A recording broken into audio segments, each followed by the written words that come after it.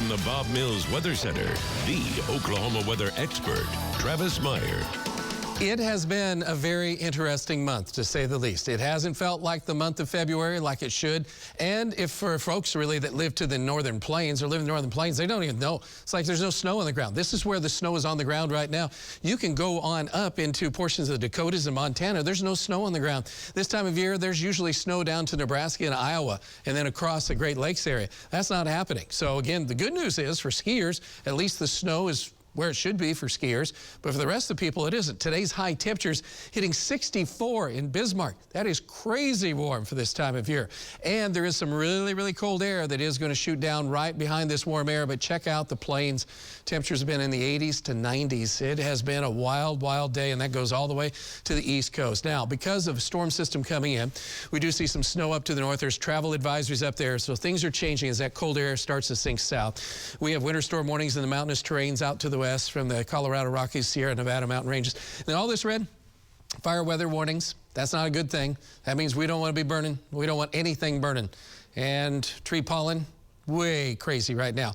That is up as high as about you can get. So again, if you're suffering with allergies and you're sniffling and sneezing, there is a flu going around. It's about a 24, 36-hour bug. A lot of folks have had that, but hopefully it's short for you if you do have that. But in the meantime, tree pollen isn't going any place real fast. We're at 74 degrees. Neither is our temperature.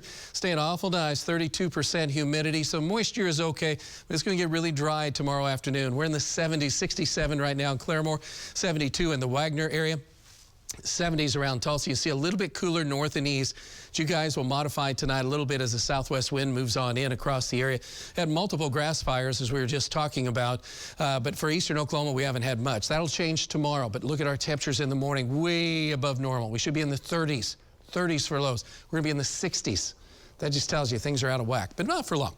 Tomorrow is the worst day as far as fire danger. We'll have strong gusty southwest winds. No burning, please. No burning, because that'll cause tremendous amounts of problems. Winds gusting 20, 30 miles an hour. Some gusts could be higher in a few areas. Higher moisture will be south and east, but still, needless to say, a spark would go a long way to causing a lot of problems.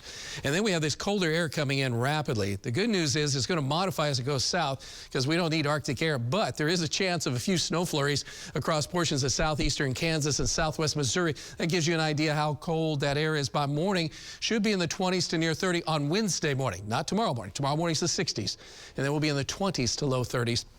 Wednesday morning. Wednesday afternoon is colder with temperatures in the 40s, but with the sunshine that'll help out, and the strongest winds will be in the morning. They'll be light and variable in the afternoon, so this won't feel terrible because it's not too far from normal. Normal high, though, is in the 50s. So tomorrow's the biggest problem is with the fire weather warnings that we have. Pretty much running any place from Tulsa back to the northwest and back into southeastern Kansas, southwest Missouri. Fire that gets started is going to be hard to contain. As I mentioned a little bit ago, 300 feet per minute. That's very fast-moving flame. So again, please do what you can.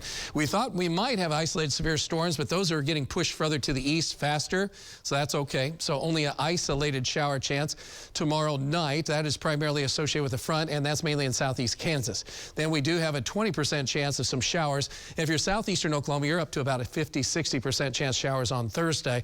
And again, as I said, cold on Wednesday.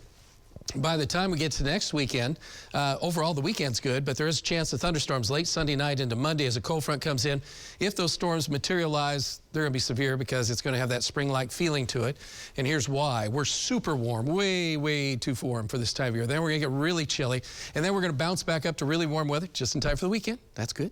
And then what's bad is a strong cold front that could lead to a few severe storms. After that, we kind of maintain a little bit as we go. This is March 14th, 15th, 16th. You can see near normal and not really big fluctuations like what we've seen in this month. So it has been amazing. It's all because of the jet stream and the movement with that. We'll get this one shot of cold air. After that, then we're going to see a storm system coming through with showers on Thursday, but all the cold air moves out and then we're back to warmer weather, believe it or not. All right, so here's a forecast, the way it shapes up. Mild, very mild in the morning at 7 o'clock. At noontime, we're already in the low 80s. Remember, the record is 81, so we could break the record by noon to 1 o'clock. And temperatures should be around 85 in the afternoon with very high fire danger. I think I've mentioned that enough, but just be advised. There's that colder day on Wednesday. Then you see for the weekend looks good. And then you see another cold front that'll knock the temperatures down a little bit, but not too bad. That's a look at your 9-day planner. We'll be right back.